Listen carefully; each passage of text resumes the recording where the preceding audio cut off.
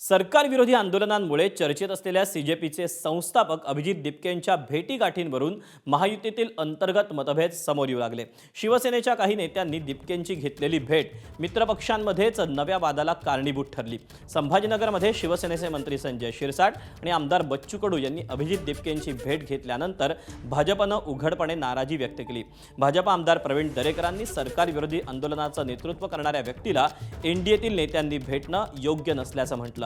तर मंत्री चंद्रशेखर बावनकुळे यांनीही अशा नेत्यांवर उपमुख्यमंत्री एकनाथ शिंदे यांनी कठोर भूमिका घ्यावी अशी मागणी केली। भाजप नेत्यांकडून मित्रपक्षातील नेत्यांच्या वर्तनावर सार्वजनिकपणे प्रश्न उपस्थित झाल्यानं हा केवळ मतभेद नसून महायुतीतील समन्वयाचाच प्रश्न असल्याची चर्चा सुरू झाली आहे। दिपकेंच्या घरी गेल्यावर बातमी होईल आणि आपण आंदोलनकर्त्यांचे पुरस्कर्ते आहोत अशा प्रकारे आपली राजकीय दुकानदारी करायला मिळेल याच उद्देशानं बच्चू कडू त्या ठिकाणी गेले।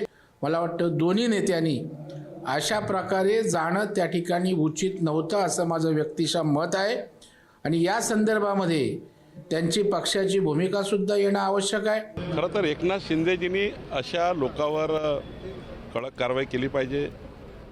शेवटी त्यांच्या पक्षाचा प्रश्न आहे, त्यांच्या नेत्यांनी कसं वागलं पाहिजे एकनाथ शिंदे यांनी ठरवलं पाहिजे। एकनाथ शिंदेजी यांनी काल मला वाटतं काहीतरी त्यावर चर्चा केली आहे, पण मला वाटतं की महायुतीमध्ये काम करताना अशा प्रकारचे वर्तन काही योग्य नाही आहे। मी कोणाला सल्ला देणार नाही, पण मला असं वाटतं की एकनाथ शिंदेजी याची दखल घेतील।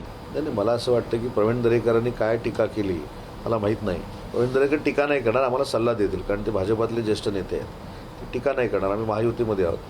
आणि दिपकेंच्या बाबतीमध्ये मी सुरुवातीलाच आपल्याला सांगितलं, त्यांनी जे आंदोलन केलं होतं ते विद्यार्थ्यांचं आंदोलन होतं, त्याला माननीय नरेंद्र मोदी साहेबांनी न्याय दिलेला आहे। त्याच्यामुळे त्यांच्या आंदोलनाचा विषय आमच्यासाठी संपलेला आहे।